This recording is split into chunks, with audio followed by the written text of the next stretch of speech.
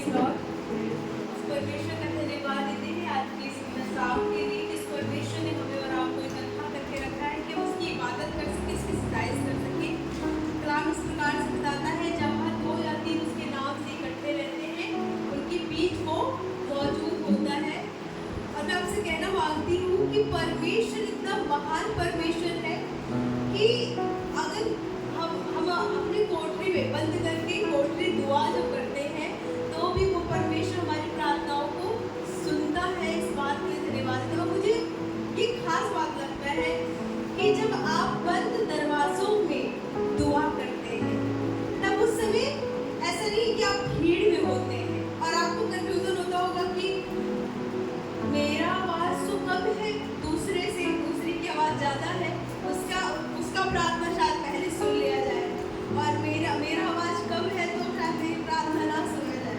लेकिन मैं आपको बताऊं कि वो परमेश्वर हमारे मन की बातों को जानता है। और मैं इस बात को सोचती हूँ कि जो परमेश्वर जो सृष्टि करता है, जो इस दुनिया को बनाया है, इस दुनिया में रहने वाले मनुष्य को बनाया है, हमें और आपको बनाया है, उसने हमारे शरीरों के एक अंग को बनाया है। तो उसका जो स्पेशल चीज है वो हृदय है। जो उसने हृदय को बनाया, तो जब हम उसकी महिमा करते हैं, उसकी इबादत करते हैं, तो परमेश्वर जान जाता है कि हम कैसे मन से, कैसे हृदय से परमेश्वर के नाम की इबादत कर रहे हैं, क्योंकि वो हमारे हृदय को बनाया है, हमारे मन को बनाया है, इसलिए वो हमारे मन की बातों को जान जाता है। कलाम इस प्रकार से कहता है कि मैं तेरे विचारों को दूर ही से जान जाता हूँ। वो इसलिए क्योंकि उसने हमें बनाया है, क्योंकि उसने हमें रचा है। समटाइम्स जब हम अपने शब्दों में अपनी बातें बयान नहीं कर पाते हैं तो भी परमेश्वर जानते हैं। कभी-कभी चीजें हम सोचते रहते हैं और वो हमारे जीवन में हो जाती है। इसलिए हो जाता है क्योंकि परमेश्वर हमें और आपको जांचता है, हमारे और आपके जीवन को उसको देखता है, वो जो स्वर्ग में विराजमान है। वैसे ही आज की शाम में जब हम और आप इकट्ठा हैं तो मैं विश्वास करती हूँ कि वो परमेश्वर जब मौजूद है तो इसका मतलब वो परमेश्वर हमारी और आपकी जिंदगियों में है। वो हमारे और आपके जीवन में कब्जा कर रखा है। वो हमारे हर एक बातों को दूर से, जैसे मैंने बताया आपको कि वो दूर से जान लेता है। आप जैसे प्रभु को आदर देते हैं, अगर आप किसी मनुष्य को रिस्पेक्ट देंगे ना, उसे बड़ा अच्छा लगता है। जब आप उसको सम्मान देते हैं, उसको अच्छा नहीं लगता है कि उसको रिस्पेक्ट ना मिले। आजकल मतलब उस चीज के लिए बहुत कुछ हो जाता है। अगर आप रिस्पेक्ट नहीं करेंगे तो अगले इंसान को बुरा लग जाता है। शादी में तो बुलाया था, इनविटेशन कार्ड तो दिया था, घर जाने पे पूछा नहीं उन्होंने, तो वो क्या है, रिस्पेक्ट। बुलाया लेकिन रिस्पेक्ट नहीं किया। भैया उन्होंने इस प्रोग्राम में बुलाया लेकिन रिस्पेक्ट नहीं किया। तो एक मनुष्य चाहता है कि उसका आदर हो, उसका सम्मान हो। और मैं सोचती हूँ कि जब मनुष्य इस बात को चाहता है तो वो परमेश्वर जिसने इस पूरी दुनिया को बनाया है, हमें और आपको बनाया है, तो वो परमेश्वर फिर क्या हमसे चाहता है? महिमा लेना। वो परमेश्वर तो हमें और आपको अपनी महिमा के लिए तो बनाया ही है, लेकिन महिमा को अगर आप दूसरे वर्ड पे अगर आप देखें तो मुझे लगता है वो ऐसे कि परमेश्वर को आदर दे, परमेश्वर की रिस्पेक्ट करें। परमेश्वर ने जो कलाम हमें दिया है वो इसलिए हम मानते हैं कि हम परमेश्वर की आदर करते हैं। जो परमेश्वर हमसे कहता है हम उसकी बातों को सुनते हैं। इसका मतलब कि रिस्पेक्ट हम परमेश्वर की कर रहे हैं। और मैंने इन दिनों सीखा है कि आप दूसरों की रिस्पेक्ट करके कैसे आप अपने जीवन में बरकत हासिल कर सकते हैं। वैसे परमेश्वर का कलाम जब हम पढ़ेंगे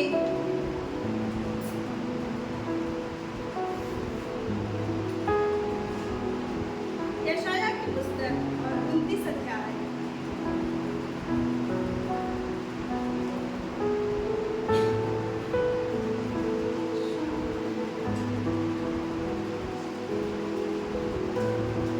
और मैं पढ़ूंगी यहाँ से यशायाह की पुस्तक 29 अध्याय और 9 पद से पढ़ूंगी। यहाँ पे पहले मैं एक चीज बता दूं कि यहाँ पे एक चीज होने पाया है कि परमेश्वर को दो तरीके से लोग मानने वाले हैं वहाँ पे। एक तो वे लोग जो परमेश्वर की रिस्पेक्ट, परमेश्वर को जो मान रहे हैं वो जुबान से परमेश्वर को मान रहे हैं, और दूसरे ये है कि वे लोग जो परमेश्वर को सुनकर किसी के जरिए उन्होंने परमेश्वर को सुना और सुनने के जरिए वो परमेश्वर को मान रहे हैं। और यहाँ पे लिखा है इस प्रकार से, ठहर जाओ और चकित हो, भोग विलास करो और अंधे हो जाओ। वे मतवाले तो हैं परंतु दाखमधु से नहीं, वे डगमगाते तो है परंतु मदिरा पीने से नहीं। यहोवा ने तुमको भारी नींद में डाल दिया है और उसने तुम्हारी नवी रूपी आंखों को बंद कर दिया है और तुम्हारे दर्शी रूपी सिरों पर पर्दा डाला है। इसलिए सारे दर्शन तुम्हारे लिए एक लपेटी और मुहर बंद की हुई पुस्तक की बातों के समान है, जिसे कोई पढ़े लिखे मनुष्य को यह कहकर दे, इसे पढ़, और वह कहे मैं नहीं पढ़ सकता क्योंकि यह तो मुहर बंद की हुई है। तब वही पुस्तक अनपढ़ को यह कहकर दी जाए, इसे पढ़, और वह कहे मैं तो अनपढ़ हूँ।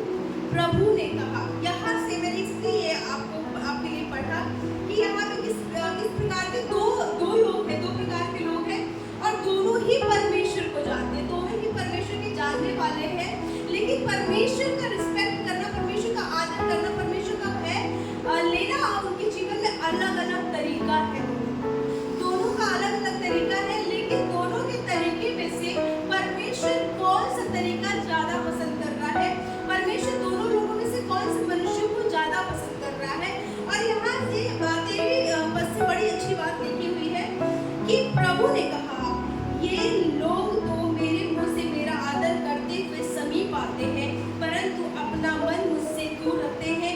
ये उनकी बात कही गई है कि यदि कोई मनुष्य पढ़ा लिखा हुआ है और उनको कोई मुहरबन मैं मानती हूँ कि परमेश्वर की कलाम जब प्रकाशित बात आप पढ़ेंगे तो आपको इसके विषय में बताया गया है कि ये जब दिया जाए पुस्तक तो वो कहे कि मुहरबन मतलब मुहरबन की वो सील होना, बंद होना, उसको कोई खोल नहीं सकता। वो कहे कि मैं इसको पढ़ नहीं सकता क्योंकि वो पढ़ा लिखा व्यक्ति है, वो प्रभु को जानने वाला है, लेकिन फिर भी वो व्यक्ति कह रहा है मैं तो इसको पढ़ लिख नहीं सकता। रीजन पूछा कि क्यों नहीं पढ़ लिख सकते भाई? तो उन्होंने कहा क्योंकि ये तो मोहर बनी, क्योंकि ये तो बंद करी गई है। लेकिन आगे बड़ी अच्छी बात कही, ये उनके लिए प्रभु ने उनसे कहा, प्रभु ने कहा ये वे लोग हैं जो मुझसे मेरा आदर करते हुए समीप आते परंतु अपना मन मुझसे दूर रखते हैं। लेकिन आगे बहुत अच्छी बात लिखी हुई है, लिखा है और जो केवल मनुष्यों की आज्ञा सुनकर मेरा भय मानते हैं, इस कारण सुन मैं इनके साथ अद्भुत काम वरन अति अद्भुत और अचंभे का काम करूंगा और तब इनके बुद्धिमानों की बुद्धि नष्ट होगी। Praise the Lord. परमेश्वर का कलाम इस प्रकार से कहता है जो वे लोग हैं जो अनपढ़, बाइबल में इस प्रकार से लिखा है जो अनपढ़ है, जो पढ़ लिख नहीं सकते हैं, उनको भी मोहरबन दी गई, लेकिन उन्होंने कहा ये तो बंद है और मैं इसको कैसे पढ़ सकता हूँ। पहले तो वो जो पढ़े लिखे हैं उन्होंने कहा मोहर बंद है, मैं इसको पढ़ लिख नहीं सकता। लेकिन दूसरे विषय में कहा गया कि जो अनपढ़ है वे मनुष्य की बातें, जो परमेश्वर की बातें, जो मनुष्य कहते हैं अर्थात जो प्रभु के दास हो गए या फिर कोई विश्वासी जन हो गया, जो परमेश्वर के वचन का प्रचार करता है, जो परमेश्वर के बारे में बताता है, उनके विषय में कहा गया है कि वे लोग जो परमेश्वर के कलाम को बताते हैं वैसे मनुष्यों की बातें और आज्ञाओं को जो हम सुनकर उसका भय मानते हैं, उसके विषय में परमेश्वर ने कहा कि मैं, देखिए लिखा है इस कारण सुन मैं इनके साथ अद्भुत काम करूंगा। Praise the Lord. ये उनके लिए आप सोचें कि जो एजुकेटेड है, जो पढ़े लिखे हैं, उनके पास भी कलाम दी गई है, लेकिन उन्होंने एक रीजन दिया क्योंकि वह बंद की गई है और इसको हम पढ़ नहीं सकते। लेकिन दूसरे लोग जो सुनकर विश्वास कर बरकत दूंगा कि बुद्धिमान की बुद्धि नष्ट हो जाएगी। जो प्रवीण लोग, प्रवीण उनको कहा गया है जो बहुत चालाक होते हैं, जो बहुत चतुराई से काम करते हैं। ऐसे लोगों के विषय में कहा गया है कि उनकी प्रवीणता भी नष्ट करी जाएगी और जो बुद्धिमान है उनकी बुद्धि नष्ट करी जाएगी, क्योंकि मैं ऐसे लोगों का परमेश्वर हूँ जो पढ़ लिख नहीं पाते हैं, जो अपने आप को कहते हैं मुझ में कोई काबिलियत नहीं है, मुझ में कोई खूबी नहीं है। प्रभु मेरा अच्छा आवाज़ नहीं है गाने के लिए, प्रभु मेरे पास इतनी समझदारी नहीं कि मैं तेरे कलाम को अच्छे से बता सकूं। ऐसे लोगों के विषय में परमेश्वर ने कहा मैं इस कारण मैं इनके साथ अद्भुत काम करूंगा, पर इससे बढ़कर भी अद्भुत काम करूंगा। मैं इस बात को कहती हूँ कि परमेश्वर तेरा धन्यवाद हो कि परमेश्वर उनकी लाचारी को जानता है, उनकी तकलीफ को जानता है, उनकी समस्याओं को जानता है। अगर कोई लोग, जैसे कि बहुत ऐसे लोग हैं जो बंद कमरों में होते हैं, उनके पास कई ऐसे रीज़न होते हैं कि बाहर निकल करके चर्च नहीं आ पाते। मैं एक आंटी से, वो जबकि विश्वासी है, हस्बैंड वाइफ, और मुझे नहीं पता था उनके जीवन में ऐसा कुछ है, तो मैंने एक दिन उनसे पूछा कि आप आंटी चर्च क्यों नहीं आ रही हैं। तो मुझे लगा कि कुछ ऐसी बातें, या फिर कुछ लोग ऐसे कभी कभी होता है कि कलीसिया से बड़े दूर हो जाते हैं। मैंने उनसे कहा कि आप कलीसिया क्यों नहीं आ रही हैं, आप चर्च आइए।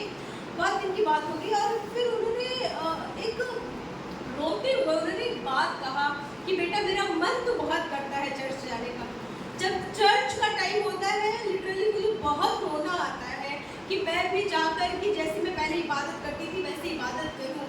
लेकिन तुम्हारे अंकल की तबीयत कुछ दिनों से इतनी ज़्यादा खराब है कि अगर मैं चली जाती तो उनका देखभाल करने वाला कोई नहीं है, एक गिलास पानी देने वाला भी कोई नहीं है, तो मुझे ही सब कुछ करना पड़ता है। मेरा खुदा मेरे दिल को जानता है, मेरे टूटे मन को जानता है। जब वो सारी बातें कहने लगी, मैं सोचने लगी कि इनका दिल तैयार है, इनका आत्मा तैयार है परमेश्वर की आराधना करने के लिए, उनकी सताइश करने के लिए, लेकिन कई रीज़न ऐसी है जो वहाँ से निकलना मुश्किल हो जाता है। मैं सोचने लगी कि क्या परमेश्वर ऐसे लोगों को प्रतिफल नहीं देगा, क्या जो कलीसिया में आ रहे उनको प्रतिफल देगा, क्योंकि एक बहुत बड़ा क्वेश्चन मार्क हो जाता है। लेकिन मैं आपको बताऊँ, परमेश्वर कई दफ़ा आपकी दिनहीन दशाओं को जानता है। वो हमारे दिनहीन दशाओं में आकर के हमारा सहभागी हो जाता है, हमें सामर्थ देता है, वो हमारा वो साथी बन जाता है कि वो हमारे आंसुओं को पोंछने लगता है। परमेश्वर का धन्यवाद देते हैं। और आप सोचें कि जब मूसा को परमेश्वर ने चुना कि तू जाकर के इजराइलियों को छुड़ा, तो मूसा ने बात कहा, मूसा ने कहा कि प्रभु मैं तो बोलने में क्या हूँ, भद्दा हूँ, मेरी आवाज़ अच्छी नहीं है, मैं कैसे जाऊँ कि जब मेरी आवाज़ ही अच्छी नहीं है। तो वो सोचा कि मेरी आवाज़ में थम नहीं है, मैं कह सकती हूँ, तो इस्राएली कैसे जाकर मेरी बात सुनेंगे, ये फिरौन कैसे मेरी बात को सुनेगा, मैं कौन हूँ, मेरा कोई यहाँ का बहुत अच्छा सेनापति हूँ, न मेरा कोई नाम इस दुनिया में बड़ा है, इस नगर में बड़ा है। वो मुझे लगता है अपने चेहरे में, अपने मन में कई बातों को वो सोच रहा था। अगर वो सोचता नहीं तो वो उसका कॉन्फिडेंस जाता नहीं, वो नहीं कह पाता परमेश्वर मैं तो बोलने में अच्छा नहीं, मैं तो बोलने में भद्दा हूँ, एक काम करो प्रभु कि मुझे ना भेज करके हारून को भेज दो, वो बोलने में अच्छा है। आप सोचिए कि परमेश्वर को अगर चुनना ही होता तो वो हारून को ही क्यों न चुनता, लेकिन उसने तो मूसा को चुना। शायद मूसा के अंदर भी कई चीज़ें वो चीज़ें थी कि मैं अच्छा नहीं हूँ, लेकिन परमेश्वर ने उसको चुना, परमेश्वर ने उसको भेजा। आप सोचिए परमेश्वर ने कहा तू बस जो मैं तुमको बोल रहा हूँ वो करता जा, मैं तुम्हारे साथ साथ होऊंगा, मैं तुम्हारे आगे आगे होऊंगा, हर एक कामों में परमेश्वर ने कहा मैं तुम्हारी अगुवाई करूंगा, तुम्हें चिन्ह दूंगा। और अगर वो अपनी उसी भद्दी आवाज को लेके जाता, मुझे नहीं लगता, जैसे उसको नहीं लग रहा था कि कोई मेरी बातों का भरोसा करेगा, मुझे भी नहीं लगता कि वो चीज़ें प्रभावशाली हो पाती, कोई इसकी बातों को सुनता, कोई इसकी बातों को मानता। लेकिन कैसे परमेश्वर जब इसके साथ गया है तो चीज़ें प्रभावशाली हो गई, चीज़ें अच्छी हो गई, चीज़ें बेहतर हो गई। परमेश्वर इसकी अगुवाई करता गया और एक दिन क्या हुआ कि ये इजराइल का छुड़ाने वाला, वो जो मिस्री गुलामी में थे ये इजराइल, उनको भी छुड़ाने वाला हो सका। परमेश्वर ने इसकी दिनहीन दशाओं में क्या किया, चुन के निकाला है। मैं अपनी खुद की एक बात बताती हूँ। जैसे छोटी छोटी प्रार्थनाओं को रिकॉर्ड करती हूँ और मुझे लगता है कि न जाने कोई भी आशीष पा सकता है। और मैं ये नहीं सोच के चलती कि बहुत लोग होंगे, मैं सोचती कि कोई एक दो तो सुनेगा जो आशीष पाएगा। और जब उसके बाद मेरे पास वो टेस्ट बनी आती है तो मुझे लगता है कि अगर ये हम नहीं किए होते तो शायद वो अगला व्यक्ति आशीष नहीं पाता। जब कल माइक में प्रचार कर रहे थे कि जब वो काम करता है तो बिल्कुल फर्क करता है, जब वो काम करता है तो बिल्कुल फर्क करता है। और मैं इस बात को सुन रही थी, उन्होंने एक बात कहा कि बेटी तू ये ना सोचना कि तेरी एक की दुआओं से क्या होगा। कई बार लोग सोचते हैं झुंड में इकट्ठे होकर दुआ करेंगे तो ज़्यादा ठीक रहेगा या फिर वही दुआ गिरी जाएगी, लेकिन उन्होंने कहा तुम्हारी एक दुआ, तुम्हारी छोटी सी दुआ, तुम दो चार लोगों की दुआ, तुम्हारे अकेले की दुआ तुम्हारे नींव को हिला सकती है, तुम्हारे जीवन को बदल सकती है। हमें इस बात को सोचने लगी, सच में जो हम छोटी छोटी टाइम को लेकर प्रार्थना करते हैं तो इसका मतलब वो प्रार्थनाएं हमारे लिए नींवें हिला रही हैं। और जब कभी हम खुद में अपने आप में निराशा में होते हैं, हताश होते हैं, तो हम देखते हैं कि परमेश्वर ने तो हमारे जीवन में कैसे हियाव दिया है, कैसे हमें काम रखा है। परमेश्वर का धन्यवाद हो कि वो भला और सामर्थी परमेश्वर हमारे जीवन में वो हमारे साथ साथ रहता है। एक दिन की बात है, जब हम पढ़ेंगे उत्पत्ति की पुस्तक और 18 अध्याय निकालेंगे, उत्पत्ति की पुस्तक और 18 अध्याय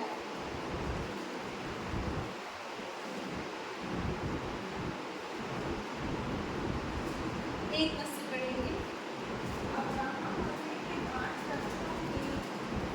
कड़ी धूप के समय तम्बू के द्वार पर बैठा हुआ था, तब यहोवा ने उसे दर्शन दिया। उसने आँख उठाकर दृष्टि की तो क्या देखा कि 3 पुरुष उसके सामने खड़े हैं।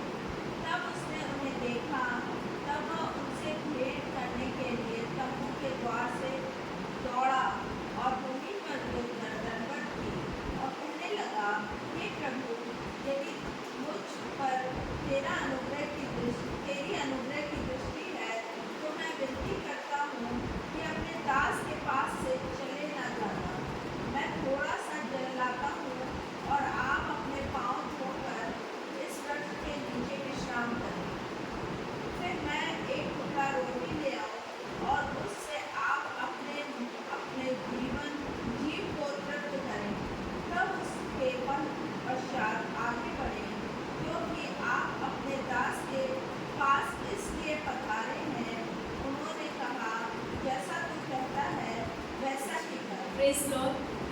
आप सोचिए कि ये वृक्ष के नीचे कड़ी धूप में क्या कर रहा है, ये बैठा हुआ है और अब्राहम के पास परमेश्वर के 3 स्वरूप है। और जब उसने देखा तो मैं सोच रही थी, देखा वो बैठा तो यहाँ तक तो ठीक था, वो चाहता तो आराम से जाकर के भी स्वर्गदूत से मिल सकता था, प्रभु के दूतों को से मिल सकता था आराम से भी, लेकिन बाइबल इस प्रकार से बताती है कि वो दौड़ कर गया और दंडवत किया। दंडवत का मतलब होता है ऐसे मुंह के बल लेट जाना। और आप सोचिए कि वो जाकर के बस उनके सामने क्या किया है, दंडवत कर रहा है, दौड़ कर गया। और दंडवत करना इन द सेंस कि वो आदर, परमेश्वर के जो दूत है उनको आदर दे रहा है। और इस प्रकार से लिखा हुआ है कि हे प्रभु, यदि मुझ पर तेरी अनुग्रह की दृष्टि है तो, उसने कहा कि अगर तेरी अनुग्रह की दृष्टि मुझ पर है तो मैं विनती करता हूँ कि अपने दास के पास से चले न जाना, मैं थोड़ा सा जल लाता हूँ। और उसने कहा कि जैसे हम लोग आजकल के टाइम में रिक्वेस्ट करते हैं, कोई मेहमान आ गया कि भैया बैठ के पानी पी के जाइएगा, चाय पी के जाइएगा, हम लोग ऐसे बार बार बोलते हैं। और आप सोचिए कि ये वही परमेश्वर के जो दूत है उनको क्या कह रहा है कि यदि तेरी अनुग्रह की दृष्टि मुझ पर है तो मैं विनती करता हूँ कि मैं थोड़ा सा जल ला रहा हूँ, थोड़ी सी रोटी लेके आ रहा हूँ, उस जल को भी, इस रोटी को खा, तब यहाँ से जा। और आप सोचें कि इसको आशीष मिले, इसको बरकत मिले। एक चीज़ हो रहा है कि वो उनकी क्या कर रहा है, रिस्पेक्ट कर रहा है, उनको आदर दे रहा है। ऐसा कुछ नहीं हुआ कि दूत आकर पहले बात करने लगे और उसने आज्ञा सुनी। यहाँ पे उसने जो परमेश्वर की दूत है उनको उसने दंडवत किया और उसको पानी पिलाया, रोटी खिलाई। आप सोचिए कि जब ये उसको रिस्पेक्ट दे रहे हैं, जब उसके लिए भोजन का तैयारी कर रहे हैं, जब पानी पिला रहे हैं, तो क्या इसके जीवन में आशीषें थी जो इसके जीवन में वो नहीं थी, इसके जीवन में जो कमी थी, परमेश्वर ने उसको पूरा। बाइबल में इस प्रकार से बताता है, आगे जब पढ़ेंगे तो आप लिखा है कि वो दूत कहने लगे कि तेरी पत्नी सारा कहाँ है। उसने कहा वो तो तंबू में है। फिर उसने कहा कि वो बसंत ऋतु में क्या करेगी, एक बच्चा जनेगी और इसको संतान की आशीष होने पाए। आप सोचिए कि जो ये रिस्पेक्ट परमेश्वर के दूतों को दे रहे हैं, परमेश्वर को ही दे रहे हैं, तो इन्होंने उस रिस्पेक्ट के द्वारा बरकत और आशीष को पाया है। हम परमेश्वर का धन्यवाद देते। कई बार बस आदर कर ले, कई बार घुटनों पे आ जाना। जब हम उसकी गाड़ी उपस्थिति महसूस करते हैं तो समझ नहीं आता, तो हम अपने आप को इस तरीके से नीचे कर लेते हैं कि प्रभु नम्र कर लेते हैं, अपने आप को जब हलीम कर लेते हैं। कई बार नम्र हो जाना हमारे लिए बरकत का दरवाजा खोल देता है। मेरे जीवन में कई बार ऐसी चीजें हुई है कि जहाँ पे बोलना चाहिए वहाँ पे बोली नहीं हूँ, और उस चीजों को लेकर के दिमाग में बहुत चीजें रही हैं। वो उस घुटन को मैंने कभी अपने बयान नहीं किया, लेकिन जब अपने आप को, अपने जीवन को नम्र कर लिया और दीन कर लिया और गिर गई, कई बार मैंने बरकत को खोलते हुए परमेश्वर के द्वारा देखा है। क्योंकि जैसे हम लोग यूथ मीटिंग का जो थीम था, the battle belong to the Lord, कि जो हमारा युद्ध है वो परमेश्वर का युद्ध है। तो हमारे कई बार चीज़ें कैसे सिचुएशन ऐसे होती, कई परिस्थितियाँ ऐसी होती हमारे जीवन में कि जब हम लड़ते लड़ते हार जाते तो हम टूट जाते हैं। लेकिन हम जब कहते हैं कि प्रभु ये युद्ध तो तेरा है, ये लड़ाई तेरा है, तब परमेश्वर वो वहाँ पे हमें जिताता है, परमेश्वर हमें वहाँ पे विजयी करता है। जो कल वो क्लिप चलाई गई थी, पिक्चर चल रहा था, दाऊद तो गोलियत को हमने तो बस पढ़ा ही था, जिस तरीके से बनाया गया था, और बस पढ़ा ही था इतना कि इतने चौड़ाई, इतना उसका हाइट था, इतना मतलब सब चीज़ें बाइबल में बस पढ़ी थी। लेकिन जब मैं देखी उसको तो मैं सोचने लगी कि जिस तरीके से उसकी कद के बारे में बताया गया है तो मुझे लगता वो और भी बड़ा होगा, लेकिन वही देख करके इतना भयानक लग रहा था कि वो इतना कि मतलब उसको दैत्य बोला गया है कि वो उस तरीके से उसकी पर्सनालिटी थी। उसको अपने बल पे, अपनी सामर्थ्य पे इतना घमंड था कि कोई मुझे कर क्या लेगा। बार बार वो जो चैलेंज कर रहा था प्रभु के लोगों को कि कौन है मेरे साथ, जो मेरे साथ युद्ध कर सकता है, कौन है जो मेरा सामना कर सकता है, बार बार वो ललकार रहा था उस छावनी में। बार बार उस वहाँ पे आकर के वो जब ललकार रहा था, लोगों की हिम्मत खत्म हो गई, वहाँ के राजा की भी हिम्मत खत्म हो गई। वो ये जान गया, क्या इज़राइल का राजा हार गया, क्या डर गया? वो जब इस बात को बार बार ललकार रहा था, लेकिन वो जो दाऊद, अगर वो उसकी पर्सनालिटी देखता तो मुझे नहीं लगता वो कभी जाता भी वो पत्थर लेकर के मारने के लिए। लेकिन जब वो परमेश्वर को देख रहा था, परमेश्वर की सामर्थ को देख रहा था, और इस बात को वो कह रहा था कि ऐसे कैसे हो सकता है कि ये तो हमारे परमेश्वर क्या करके ये बेइज्जती कर रहा है, ये हमें सबको नीचा दिखा रहा है। और वो जो परमेश्वर के सामर्थ से गया है, लोगों ने सोचा कि कुछ नहीं होगा, इतना छोटा लड़का क्या कर सकता है। कई बार चीजों को देख करके लोग मजाक बनाते हैं, जैसे उसको देख करके लोग मजाक बना रहे थे, ये लड़ेगा, ये कितना छोटा है, इसके आगे क्या कर पाएगा, कुछ नहीं कर पाएगा। लेकिन वो परमेश्वर की सामर्थ को देख रहा था, उसको पता था कि परमेश्वर ही है जो मेरे जीवन में अद्भुत काम करेगा। जो जब मैं पहले जब अपने मेमने को चलाता था तो परमेश्वर की सामर्थ्य में उनके जबड़ों से, शेर की जबड़ों से उसको छीन ले आता था।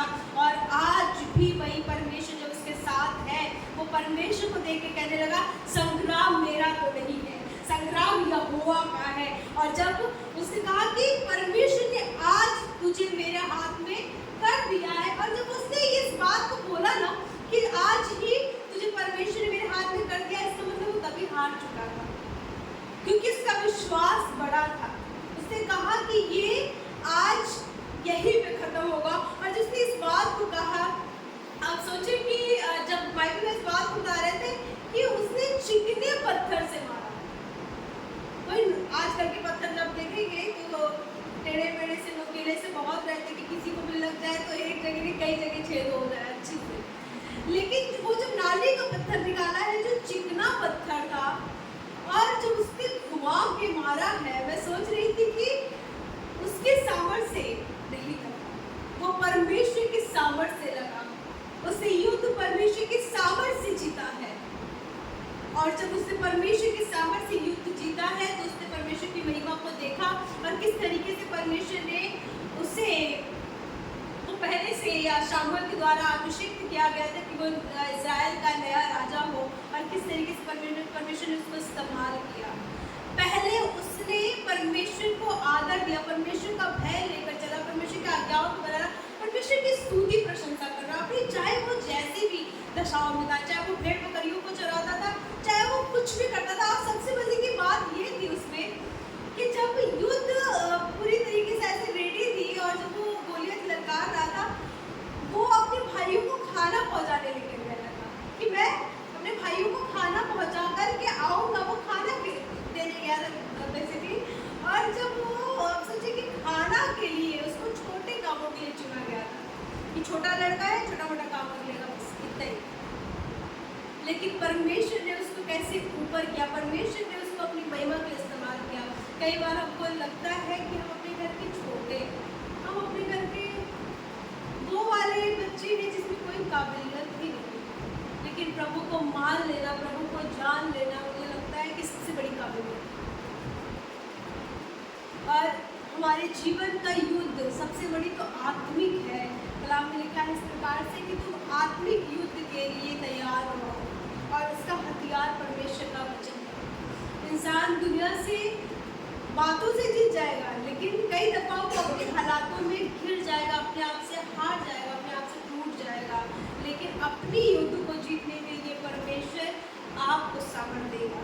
मैं कई बार इस चीज़ों को बोलती हूँ कि परमेश्वर इस क्षेत्र में जो हम कमज़ोर है, परमेश्वर हमें सामर्थ्य दे कि मैं इस युद्ध को जीत जाऊँ, ताकि परमेश्वर की महिमा हो। और हमको पता है कि बाइबल इस प्रकार से बताती है कि धर्मी जल 7 बार गिरेगा फिर भी उठ खड़ा होगा। तो परमेश्वर का ये वायदा भी है कि जब जब हम गिरते हैं, परमेश्वर हमें उठाकर खड़ा करता है। परमेश्वर को धन्यवाद देते हैं कि वो हमारी निगहबानी करता है। उसका कलाम कहता है, मैंने तेरा चित्र अपने हथेली में खोद कर बनाया है। तो उसने अपने हथेली में हमारा और आपका चित्र खोद कर रखा है, तो वो हमें अपनी नज़रों से ओझल होने नहीं देता। परमेश्वर का इस बात पर धन्यवाद देते हैं कि वो भला और सामर्थी परमेश्वर है, और हमारे जीवन के युद्ध को लड़ता जाता है। बस हमें